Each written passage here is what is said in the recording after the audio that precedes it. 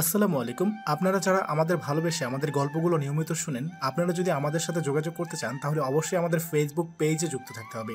আমাদের ফেসবুক পেজের নাম হৃদয়ের কথা, যেটি পেয়ে যাবেন আমাদের ভিডিও ডিসক্রিপশন বক্সে। এছাড়াও আমরা বিভিন্ন সময় নতুন নতুন গল্পগুলো ফেসবুক পেজে আগে আপলোড করে থাকি, তাই এখনই ভিডিও ডিসক্রিপশন থেকে দ্রুত ফেসবুক পেজটিতে লাইক দিয়ে দিন। ধন্যবাদ সবাইকে। আজ থেকে তুমি ডাক্তার প্রণয় চৌধুরী না। এক জীবনে দুটো স্বপ্নকে বাঁচিয়ে রাখা তোমার পক্ষে সম্ভব নয়। স্ত্রী সন্তানকে কাছে পেতে চাইলে, বাবা হওয়ার লোভ বিসর্জন দিতে না পারলে নিজের দীর্ঘদিনের পরিশ্রমকে অবশ্যই বিসর্জন দিতে হবে। আজকের পর ডাক্তার প্রণয় চৌধুরী নয়, খুনি প্রণয় চৌধুরী হিসেবে বাঁচবে তুমি। তোমার এই বাঁচা সার্থক, কারণ তোমার স্ত্রীর কাছে তুমি শ্রেষ্ঠ স্বামী, তোমার সন্তানের কাছে শ্রেষ্ঠ পিতা। এর চেয়ে বড় সুখ আছে নাকি? পুরো দুনিয়া কি ভাবলো এটা তোমার দেখার বিষয় নয়। পুরো দুনিয়াকে ঠিক রাখতে গিয়ে স্ত্রী সন্তানকে চিরতরে হারানোর মতো বোকামি করনি। এজন্যই প্রকৃতি তোমাকে বাহবা দেবে। আজকের পর তোমার কোনো অতীত নেই, নেই কোনো বর্তমান, আছে শুধু ভবিষ্যৎ, যার মূল কেন্দ্রবিন্দু শাইনুর শায়লা, তোমার সহধর্মিণী, প্রাণপ্রিয় অর্ধাঙ্গিনী। তোমার জীবনের প্রথম স্বপ্নটির ধ্বংসের সূচনা হওয়ার পাশাপাশি শেষ স্বপ্নটি পূরণের সূচনাও হয়ে গেল। আবারও দু চোখ ভিজে উঠল প্রণয়ের। পুরো পরিবারকে মনে করে অসহনীয় এক যন্ত্রণা শুরু হলো বুকের মধ্যখানে। তার বুকের ভেতর চলা অস্থিরতাগুলো টের পেল শাহিনুর। ফুপিয়ে উঠল সে, কিন্তু মুখ ফুটে একটি শব্দ উচ্চারণ করতে পারল না। ঘুটঘুটে অন্ধকারে প্রণয়ের করা সেই কান্নার খবরও পেল না সে। বাইজি গৃহের পেছনের দরজা দিয়ে পাঁচফোড়ন ঘের গুদাম ঘরের সামনে এসে থামল প্রণয়। গুদাম ঘরের সামনে একটি ভাঙাচোরা সাইকেল দাঁড়িয়েছিল। কোন এক ভৃত্যের সাইকেল হবে এটা? এই মুহূর্তে গাড়ির কাছে যাওয়ারও সময় নেই তার। তাছাড়া গাড়ির কাছে যাওয়া মানে বিপদের সম্মুখীন হওয়া, আর সে নিজেই এই বিপদ ডেকে এনেছে। রমেশ নিশ্চয়ই তার বাড়ির সামনে বা বাইজি গৃহের সামনে রয়েছে। চন্দন তাকে সবটা খুলে বলে নিশ্চয়ই বাইজি গৃহের ভেতরেও নিয়ে এসেছে। সবটা ধারণা করেই এর সিদ্ধান্ত নিয়েছে সে। তড়িৎ বেগে সাইকেলের পেছনে শাহিনুরকে বসিয়ে দিয়ে নিজেও উঠে পড়ল। শ্বাসরুদ্ধকর কণ্ঠে বলল, শক্ত করে ধরে থাকবে আমাকে, একদম চুপ করে বসে থাকবে।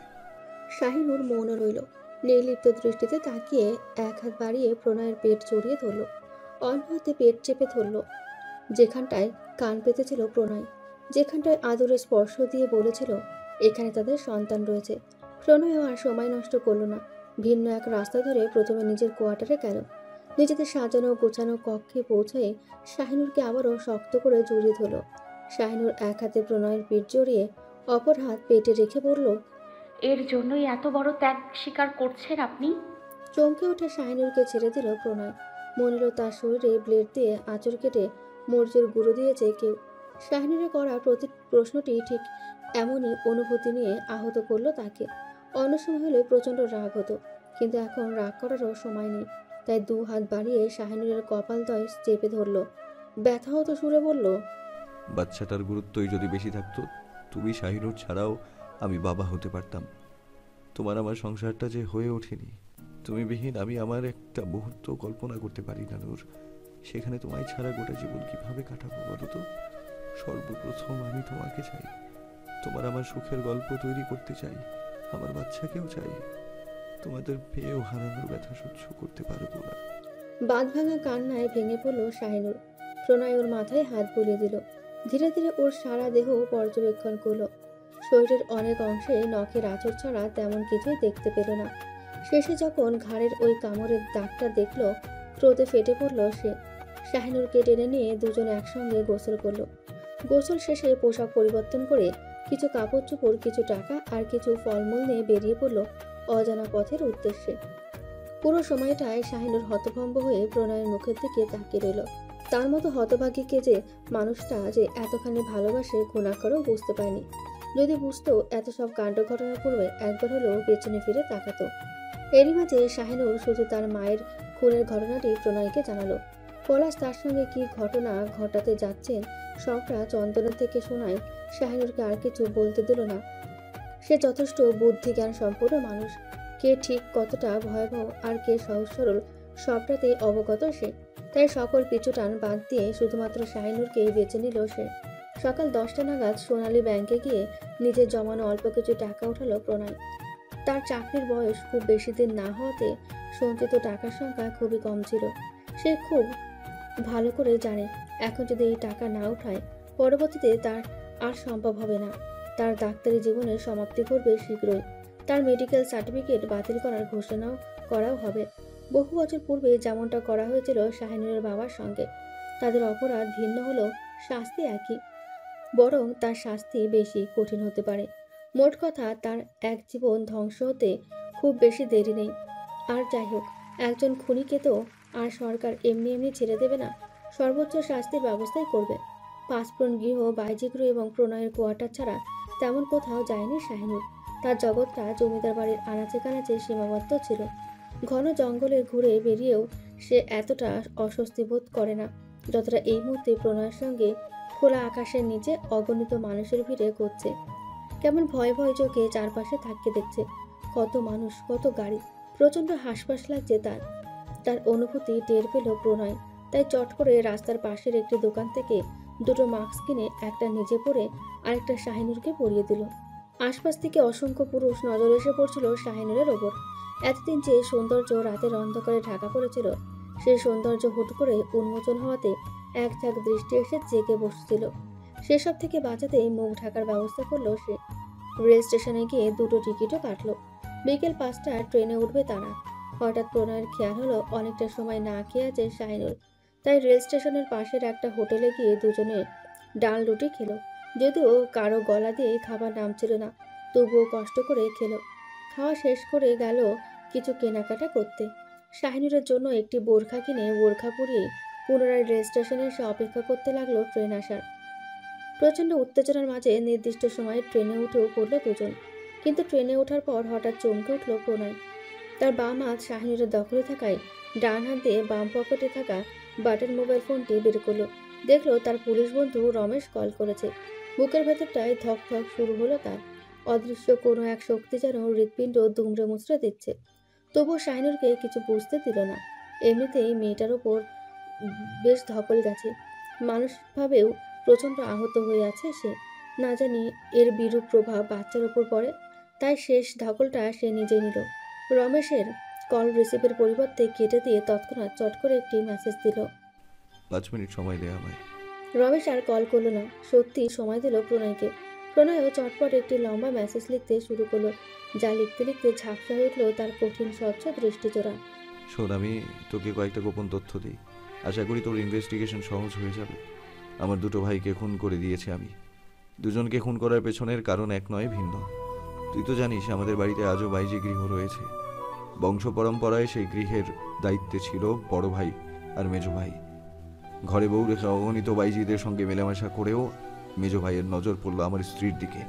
অনেক চেষ্টা করেও আটকাতে পারিনি মেজ ভাইকে। শেষে নিজের ছোট ভাইয়ের অন্তঃসত্ত্বা স্ত্রীকে বাইজি গৃহে নিয়ে ধর্ষণ করার চেষ্টা করেছিল সে। কি করতাম বল? উপায় ছিল না। স্বামী হিসেবে, বাবা হিসেবে এই অধর্ম মেনে নিতে পারিনি আমি। শেষ করে দিয়েছে আমার মায়ের কুসন্তানকে। তোর কাছে আমার সবিনয়ে আবেদন এই যে আইনের মাধ্যমে বড় ভাইয়ের সঙ্গে সন্ধি করে বাইজির গৃহের সম্পত্তি দিয়ে দিস। ওখানে অনেক মেয়েদের জোরপূর্বক আনা হয়েছে। যাদের জোরপূর্বক আনা হয়েছে ওদের মুক্তির ব্যবস্থা করে দিস। আর যারা স্বেচ্ছায় রয়েছে তাদের জন্য পতিতালয়ই উপযুক্ত স্থান হবে আশা করি। তুই খোঁজ নিয়ে জানতে পারবি শারমিন শায়লা, মান্নাত বাইজি এ নামের দুজন বাইজি ছিল। শারমিন বাইজি খুন হয়েছে রমনের হাতে, আর মান্নাত বাইজি উধাও হয়ে গেছে। হ্যাঁ, সকলে জানে মান্নাত বাইজি হঠাৎই গুম হয়ে গেছে। আসলে সে গুম হয়নি, তাকে খুন করে টুকরো টুকরো করে মাটিতে পুঁতে দিয়েছে পলাশ চৌধুরী। সহায়ক ছিল রঙ্গন চৌধুরী। এ পর্যন্ত লিখে থামলো প্রণয়। ট্রেন ছেড়ে দিয়েছে। পাশে আর এক বাহু চেপে ধরে গুটি গুটি হয়ে বসে আছে শাহিনুর। অনুভব করলো মৃদু কাঁপছে মেয়েটা। বুক চিরে রুদ্ধশ্বাস ছাড়ল সে। দ্রুত মেসেজটা সেন্ড করে আবার লিখলো, রমেশ, আমার আদরের ছোট্ট ভাইটা জঙ্গলের ছোট্ট কুটিরে নিথর দেহে পড়ে আছে। ওকে 5 ফোড়ন গৃহে পৌঁছে দিস। আমার মেজ ভাই নিথর দেহে পড়ে আছে তার আজন্ম প্রিয় বাইজি গৃহে। আমার আম্মার 5 টুকরো কলিজার 2 টুকরো হারিয়ে গেছে। আম্মাকে বলিস বাকি দুটো নিয়ে শান্তিতে বেঁচে থাকতে। আমার অঙ্গনকে যত্ন নিতে বলিস। আমাকে ঘৃণা করুক, সমস্যা নেই, কিন্তু আমার স্ত্রীর গর্ভে তাদের বংশধর হয়ে উঠছে। ওদের জন্য একটু দোয়া যেন তিনি রাখেন। মায়ের দোয়ার উপর সবকিছুই ঠুনকো। সব শেষে তোকে বলি, পারলে আমাকে খোঁজা বন্ধ করে দিস। সঠিক সময়ে নিজে এসে ধরা দেব। আপাতত বউ বাচ্চাকে সময় দেওয়া ভীষণ প্রয়োজন। প্রণয়। দ্বিতীয় মেসেজটি সেন্ড করার সঙ্গে সঙ্গে মোবাইল থেকে সিম খুলে ট্রেনের জানালার বাইরে ছুঁড়ে ফেলে দিল। শাহিনুর আঁতকে উঠে বলল, এটা ফেলে দিলেন কেন? প্রণয় শীতল দৃষ্টিতে তার দিকে তাকালো, শান্ত কণ্ঠে জবাব দিল, ডাক্তারি জীবন শেষ, পরিবার এখন অতীত। বউ বাচ্চার সাথেই আছে, ওটার কোনো প্রয়োজন নেই। হু হু করে কেঁদে উঠল শাহিনুর। সন্তর্পণে তাকে বক্ষে চেপে ধরল প্রণয়। মাথায় গাঢ় চুম্বন এঁকে দিয়ে বলল, খেতো না, তুমি কাঁদলে কিন্তু বাবুও কাঁদবে। বুকের ভিতর ছ্যাদ করে উঠল শাহিনুরের। সহসা চুপ হয়েও গেল। তার মাথাটা সন্তর্পণে নিজের বুকে রাখল প্রণয়। ধীরে ধীরে সন্ধ্যা নেমে এলো। ট্রেন চলছে তার নিজ গতিতে। মাঝপথে থেমে যাওয়ার কোনো সম্ভাবনাই নেই। ঠিক যেমন তারা দুজন ছুটতে আরম্ভ করলো, থেমে যাওয়ার কোনো চিন্তা ভাবনা নেই। তাদের জীবন গতি আর ট্রেনের গতি যেন এক সুতোই গাঁথা পড়ল। কোথায় যাবে, কোথায় থাকবে কিচ্ছু জানে না শাহিনুর। জানার আগ্রহ বোধ করল না, শুধু নিশ্চিন্তে একটুখানি শ্বাস ফেলল। তার গভীর সে নিঃশ্বাসের ছোঁয়া প্রণয়ের বুকে গিয়ে লাগতেই প্রণয়ও প্রাণ ভরে শ্বাস নিল। শাহিনুর একবার ভাবল মাথা তুলে প্রণয়কে জিজ্ঞেস করবে কোথায় যাচ্ছে তারা, কিন্তু বিবেকে বাঁধল। আপন মনে পুনরায় ভাবল, যে মানুষটা রক্তের সম্পর্ক ছিন্ন করে তাকে আগলাতে এত বড় পদক্ষেপ নিয়েছে, সেই মানুষটার হাত ধরে যদি মৃত্যুপুরীতেও যেতে হয় তবে আছে প্রস্তুত। 2009 সাল, বাংলায় কার্তিকের শেষ সপ্তাহের উষা লগ্ন। গতিশীল ট্রেনটি স্টেশনে এসে থেমেছে। সকল কামরা থেকে একে একে যাত্রীরা নামতে শুরু করেছে। তাদের খেয়াল করে নিজের বুকের মাঝে লেপ্টে থাকা শাহিনুরের পাণ্ডুবর্ণ মুখশ্রীতে দৃষ্টিপাত করল প্রণয়। নির্দাহীন সারা রাত কাটিয়ে চোখ তুলে তাকাতে ভীষণ কষ্ট হচ্ছিল শাহিনুরের। তবুও সে প্রণয়ের পানে অসহায় চোখে তাকিয়ে রইল। তার অমন চাহনি দেখে স্মিত হাসল প্রণয়, বলল, নামতে হবে। এই বাক্যে শাহিনুরের দৃষ্টিতে অস্থিরতা স্পষ্ট হয়ে উঠল। কোথায় যাবে তারা, কিভাবে পালিয়ে বাঁচবে দুজন? অস্থির চিত্তে বার কয়েক দু চোখের পলক ফেলে প্রণয়ের পানে স্ত্রীর দৃষ্টি নিক্ষেপ করলো। সে দৃষ্টি জোড়ার ভাষা বুঝতে অসুবিধা হলো না প্রণয়ের, তাই সে ভরসার সহিত বলল, একটা ব্যবস্থা ঠিক করে নেব। ট্রেন থেকে নামার পূর্বে প্রণয় নিজ হাতে নিকাব দিয়ে শাহিনুরের মুখমণ্ডল ঢেকে দিল। নামার পর মুহূর্তেই একটি মেয়েলি কণ্ঠস্বরে ঘাড় ঘুরিয়ে ডান দিকে তাকালো। এক্সকিউজ মি, আপনারা কোথা থেকে এসেছেন? শাহিনুর কিঞ্চিত অবাক হওয়ার পাশাপাশি ভয়ও পেল। পর মুহূর্তেই অচেনা মেয়ে এবং প্রণয়ের কথোপকথন শুনে তার ভয়টা কেটে গেল। অনুমান করা যায় মেয়েটির বয়স 22 কি 23। তার করা প্রশ্নটি শুনে প্রণয় ভ্রুকুঁচকে তাকালো। মেয়েটির চোখে মুখে সৌহার্দ্যপূর্ণ হাসি। সে হাসিটি বজায় রেখে পুনরায় বলল, আপনাদের অপোজিটে বসেই এসেছি, হয়তো খেয়াল করেনি। এমনি জিজ্ঞেস করছি, আকাশের অবস্থা সুবিধার নয়, যে কোনো সময় বৃষ্টি নামবে। আপনাদের কেউ নিতে আসবে নাকি স্টেশনে গিয়ে ভ্যান নেবেন? শাহিনুর কখনো মাথা নিচু করে রয়েছে, কখনো বা মেয়েটিকে দেখছে। প্রণয় প্রথমে বিরক্ত হলো, মেয়েটিকে আগাগোড়া দেখে নিয়ে বেশ অবাক হয়ে তাকিয়ে রইল। মেয়েটির করা দ্বিতীয় প্রশ্নটির উত্তর না দিয়ে সে নিজেই প্রশ্ন করে বসলো, আমার নাম, পরিচয়? আমি সামান্তা। এরপরেও মেয়েটি কিছু বলার জন্য উদ্যত হয়েছিল, কিন্তু আকস্মিক বজ্রপাতের শব্দে আর বলতে পারল না। এক হাতে কাঁধের ব্যাগ ধরে অপর হাতে পরিহিত পাতলা জর্জের শাড়ির কুচিগুলো উঁচিয়ে দৌড়ে গিয়ে সম্মুখের টং ঘরে দাঁড়ালো। তারপর প্রণয় এবং শাহিনুর উভয়কে উদ্দেশ্য করে চেঁচিয়ে উঠল, আরে আরে, ভিজে যাচ্ছেন তো, এদিকটা ফাঁকা আছে, এখানে এসে দাঁড়ান। কিছুক্ষণ চুপচাপ দাঁড়িয়ে থাকার পর হুঁশ ফিরল প্রণয়ের। ভিজে যাচ্ছে শাহিনুর। এ দৃশ্য দেখতে আর স্থির থাকতে পারল না সে। এক হাতে ব্যাগ, অপর হাতে শাহিনুরের কোমল হাতটি চেপে ধরে টং ঘরের দিকে চলে গেল। মাটিতে বেশ শব্দ করে ভারী ব্যাগটা রেখে বোরকা এবং নিকাবের বহিরাংশের বৃষ্টির পানিগুলো ঝাড়তে শুরু করলো। উৎকণ্ঠিত প্রণয়ের ব্যস্ত হয়ে এভাবে শাহিনুরের ভেজা শরীর শুকানোর পায়তারা দেখে সামান্তা নামের মেয়েটি মুচকি মুচকি হাসতে হাসতে বলল, আপনার বউ? এ প্রশ্নে আরেক দফা বিরক্ত হলো প্রণয়। বিরক্তি প্রকাশ করে তার দিকে তাকিয়ে বলল, হ্যাঁ। যতটা বিরক্তি নিয়ে তাকিয়ে হ্যাঁ বলল, মেয়েটির দিকে তাকানোর পর ঠিক ততটা বিরক্তি এলো না, বরং শরীরের কোনো এক অংশ দুর্বল হয়ে পড়ল খুব। প্রণয়ের পাশ থেকে কিছুটা উঁকি দিয়ে শাহিনুরও তাকিয়ে দেখল সামান্তা নামের মেয়েটিকে। শীতের আগমনী বার্তা দেওয়ার জন্যই বোধহয় কার্তিক মাসের বিদায় মুহূর্তে ভারী বর্ষণ শুরু হলো। ট্রেন থেকে নামার পর বেশিরভাগ যাত্রীরাই বৃষ্টির কবলে পড়ে আশেপাশে আশ্রয় নিয়েছে। কেউ কেউ ভিজতে ভিজতে নিজেদের ঠিকানায় চলে যাচ্ছে। টং ঘরের ভেতরে স্ত্রীর হাত ধরে অনিশ্চিত জীবনে একটু নিশ্চয়তার প্রত্যাশায় দাঁড়িয়ে আছে প্রণয়। সামান্তা নামে মেয়েটা হঠাৎ তাদের সামনে এসে দাঁড়ালো। মিটিমিটি হাসতে হাসতে প্রশ্ন করলো, শহর থেকে মেয়ে পটিয়ে পালিয়ে এসেছেন নাকি? তপ্ত মেজাজে কঠিন কিছু কথা শোনাতে গিয়েও চুপ মেরে গেল প্রণয়। নিঃশব্দে দীর্ঘশ্বাস ছেড়ে গম্ভীর স্বরে বলল, হ্যাঁ। এমন উত্তরে সামান্তা বিচলিত হয়ে বলল, সত্যি অনুমান করে বলা কথাটা এভাবে মিলে গেল? তাহলে আপনারা তো বেশ বিপদে আছেন। যাবেন কোথায়? আশেপাশে আত্মীয় স্বজন আছে? আশপাশে সূক্ষ্ম নজর বুলিয়ে প্রণয় বলল। কেউ নেই। সামান্তা বলল, আপনি বেশ গম্ভীর মানুষ মনে হচ্ছে। এমন মানুষও প্রেম করে মেয়ে নিয়ে পালায়, কি আশ্চর্য। শাহিনুর কাঁচুমাচু হয়ে দাঁড়িয়ে আছে। প্রণয় এক পলক শাহিনুরকে দেখে নিয়ে সামান্তার দিকে তাকালো। তার বিচক্ষণ দৃষ্টিজোড়ায় ধরা পড়ল এই নারীর দ্বারা তার উপকার হলেও হতে পারে। যদিও আগ বাড়িয়ে খাতির জমানো মেয়ে মানুষ তার পছন্দ নয়, তবুও কিছু কারণে মেয়েটির খাতিরে সায় দিল সে। মেয়েটির থেকে কিছুটা ঝুঁকে শান্ত গলায় প্রশ্ন করল, একটা ঘরের ব্যবস্থা করা যাবে? দুষ্টু হাসিতে গালে টোল পড়ল সামান্তার। সে টোল পড়া গালে স্থির চোখে তাকিয়ে রইল প্রণয়। তার সেই চোখে চোখ রেখে সামান্তা বলল, পাশের মেয়েটা আপনার জন্য বৈধ হলে করা যাবে, কিন্তু বিশ্বাস করি কি করে? মৃদু হেসে অভয় দিয়ে দৃঢ়চিত্তে প্রণয় বলল, পাশের মেয়েটা বৈধ, তার গর্ভে আমার যে অংশ রয়েছে সেটাও বৈধ। এবার বিশ্বাস করা না করা একান্তই আপনার বিষয়। বিস্মিত হয়ে শাহিনুরের দিকে তাকালো সামান্তা, বলল, ও মা, তুমি প্রেগনেন্ট? কমাস গো, দেখে তো বুঝতেই পারছি না। বিরক্তি প্রকাশ করে প্রণয় বলল, আপনি ব্যবস্থা করতে পারবেন? আমার বাড়িতে এই রুম খালি আছে, টিনসের বিল্ডিং চলবে?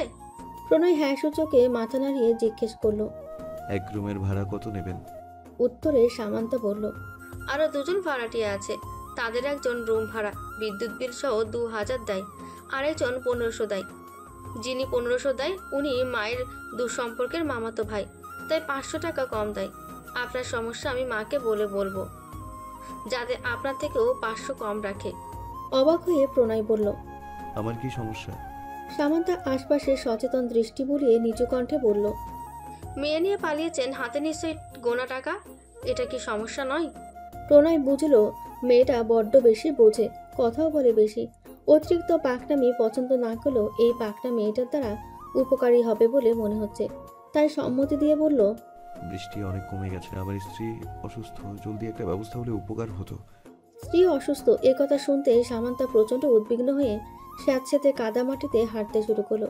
তাকে অনুসরণ করে প্রণয় আর শাহিনীরও পা বাড়ালো, কিন্তু খুব বেশি এগোতে পারল না। কাদা মাটিতে হোঁচট খেলো অসংখ্যবার। শেষে বাধ্য হয়ে শাহিনুরকে কোলে তুলে নিল প্রণয়। বড়সড় ব্যাগটা কৌশলে এক হাতে ধরে রাখলো।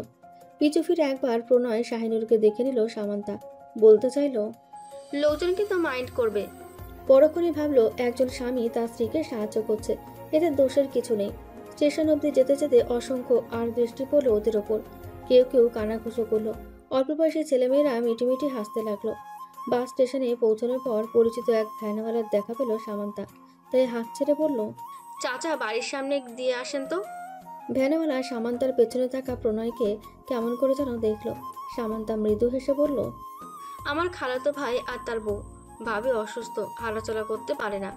এই পর্যায়ে সামান্তার দিকে কৃতজ্ঞতা ভরা দৃষ্টি নিক্ষেপ করলো প্রণয়। সামান্তা হাসলো, প্রশস্ত হাসি, যেন তাদের উপকার করে ভীষণ আনন্দিত সে। ভ্যানের সামনে প্রণয় শাহিনুর বসলো, পেছনে বসলো সামান্তা। বাড়ি পৌঁছাতে পৌঁছাতে সামান্তা ভাবলো এতক্ষণ সময় পরিচিত হলো, নিজের বাড়ির একটা রুম অবধি ভাড়া দিয়ে দিল, অথচ লোকটার নামই জানা হলো না। আবার সঙ্গে থাকা বউটাও এখনো অবধি কথা বলেনি, অথচ সে কত কথাই বলল। বউটা বোবা নাকি? স্টেশন থেকে কাঁচা রাস্তার অনেকটা পথ যাওয়ার পর 3 গলির একপাশে একটি বাড়ির সামনে এসে ভ্যান থামলো। সামান্তা ভাড়া মিটিয়ে দেওয়ার পর ভ্যানওয়ালা চলে গেল। গেটের সামনে দাঁড়িয়ে মাকে ডাকার পূর্বে প্রণয়কে প্রশ্ন করলো, আপনার নাম তো জানা হয়নি, কি নাম আপনার? সুজন। আগে পরে কিছু নেই? এ প্রশ্নের উত্তর দিল না প্রণয়। সামান্তা উত্তরের অপেক্ষা না করে শাহিনুরের দিকে তাকিয়ে বলল, তোমার নাম কি? চট করে প্রণয় বলল, আমার মিসেস শায়লা। ও কথা বলতে পারে না, বোবা নাকি? নড়েচড়ে দাঁড়ালো শাহিনুর। কিছু বলার জন্য ঠোঁটজোড়া ফাঁক করার মুহূর্তেই কিঞ্চিত ক্রোধমিশ্রিত কণ্ঠে প্রণয় বলে উঠল, সে বোবা নয়, আপনার মতো বাঁচানো নয়, খুব প্রয়োজন ছাড়া কথা বলে না। নামটা যেহেতু আমি বলেছি তাই সে বলার প্রয়োজন মনে করেনি। আজকের পর্বটি যদি আপনাদের ভালো লাগে তাহলে অবশ্যই একটি লাইক দিয়ে দিবেন এবং কমেন্ট করে আপনার মূল্যবান মতামত জানিয়ে দিতে পারেন আমাদেরকে। আর যদি এই গল্পের পরবর্তী পার্টগুলো মিস করতে না চান, তাহলে এক্ষুনি আমাদের চ্যানেলটিকে সাবস্ক্রাইব করে পাশের বেল আইকনটি বাজিয়ে দিন। ধন্যবাদ সবাইকে।